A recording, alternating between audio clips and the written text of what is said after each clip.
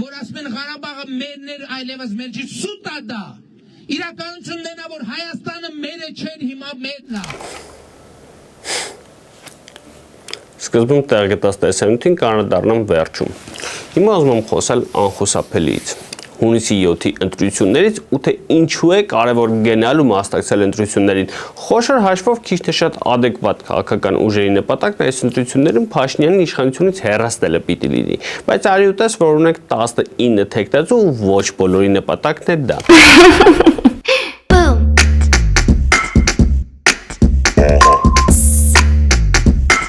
Ընդհանրապես ժողովրդավարության պարադոքսը կայանում է նրանում, որ երբ իրացնում ես դրա տված հնարավորությունները, այդ նույն ժողովրդավարությունը դառնում է պրակտիկորեն անհնար։ Բացատրեմ։ Ժողովրդավարության կոդեքսներից մեկն ասում է, որ քաղաքական իշխանության կարող են հավակնել գրեթե բոլորը, եթե համապատասխանում են ինչ-ինչ ստանդարտների։ Ժամանակները փոխվեցին, ստանդարտները ոչ։ Հակառակը ավելի մեղմացվեցին ու չեմ զարմանա, որ մի քանի տարի անց տառաճանաչ լինելը ուղղակի կարող է անհրաժեշտ ու բավարար պայման լինել թեկտածությունը դնելու համար։ Բայց այդ նույն ժողովրդավարությունը դադարում է գործել, երբ ընտրություններին առաջադրվում են 2-ից ավելի թեկտածու։ Բերեմ մի քանի պատմական օրինակ։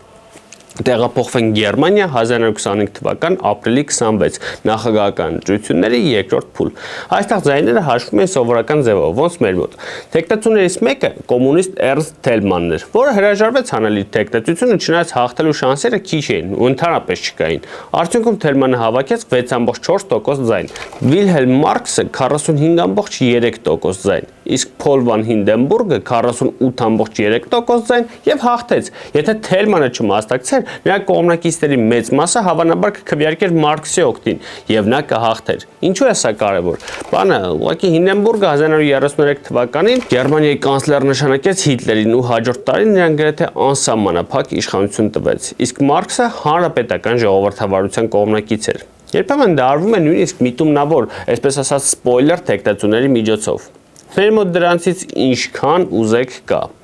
բայց անուններ դեռ չեմ տա։ Այդպիսի թեկտածուները իրականում հաղթելու նպատակ չունեն։ Նրանց մասնակցության դերը ու իմաստը կայանում է նրանում, որպեսզի կարողանան հնարավորինս շատ ձայն, այսպես քաշել իրենց կողմ։ Նրանք գիտեն, որ որևէ շանս չունեն, օրինակ, մինիմալ շեմ հաղթարելու եւ խորհրդարան անցնելու։ Սակայն նրանք մասնակցում են այդ ընտրություններին,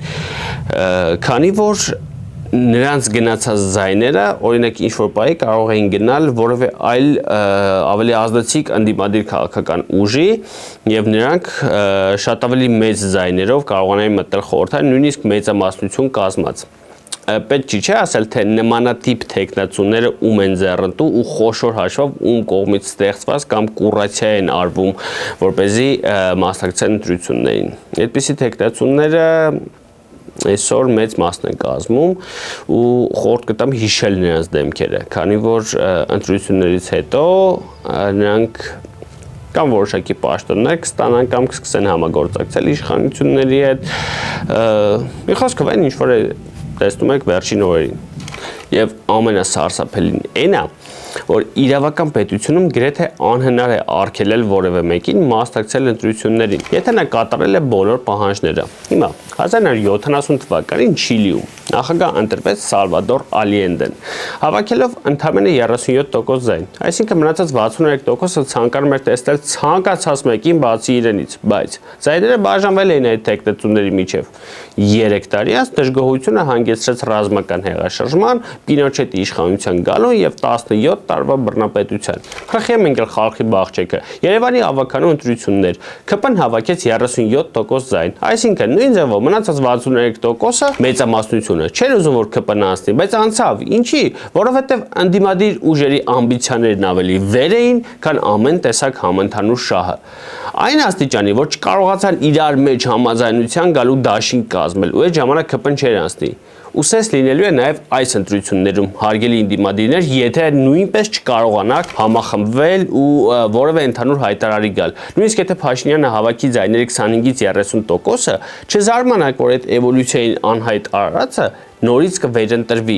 ու այդ ընտրողների գրպանը չգցեք։ Բայց այսքանով հանդերձ ընտրություններին գնալ պետք է, պարտադիր է, որովհետև ցանկացած չտված քվե դա քվե է հոգու տես անհասկանալի իշխանության, որը Հայաստանը հաստատուն քայլերով տանում է կործանման։ Յուրաքանչյուր քվե Փաշինյանի դեմ ոչ միայն կփոքրացնի նրա ձայների տոկոսային հարաբերակցությունը, այլև շանս կտա որոշ ուժերի դաշինքով մտնել խորհրդարան։ Ու գուցե կարողանան վերջապես մեծամասնություն կազմել, եթե իհարկե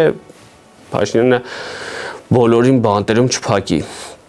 Իսկ ընդդիմությանը մի խորհուրդ կտամ. ուշքի եկեք, հետո ոչ ոքի չմեղադրեք։ Ինչ վերաբերում է այս վիդեոին, ես սա չեմ քննարկի ու ձեզ էլ խորհուրդ կտամ։ Սա է Փաշինյանի նպատակը պրովոկացիոն հայտարարություններով, կոյուղաջրերով լցնել ինֆորմացիոն տարածքը, որպեսզի էական թեմաները ջրվեն գնան։ Սեփական օրակարգը թելադրեք։ Ու երկրորդ, մի անգամ Ռոմպո Ֆրանցիսկոս երկրորդ, եթե չեմ սխալվում, այսպեսի մի արտահայտություն արեց, որ ես պատրաստ եմ բանավեճի մեջ մտնել ցանկացած աթեիստի հետ, բայց այնտեղ չպետք է քննարկվի մի հարց՝ Աստված կա թե ոչ։ Դա քննարկման ենթակա չէ։ Սակրալ արժեքները չեն քննարկվում մաթեմատիկական աքսիոմի պես, դրանք ապացուցելու կարիք չունեն, անկախ դրանից քաղաքական օլիգոֆրեններն ինչ են մտածում դրա մասին։ Ի դեպ, եթե հետաքրքրում է աշխարհում ընտրությունների արդյունքները հաշվելու ինչ մեխանիզմներ կան, կոմենտներում գրեք, կպատմեմ։ Հավատացեք, լիքը մազալու բան կա։ Ձեզ ուրախ ընտրություններ։ Выборы, кандидаты!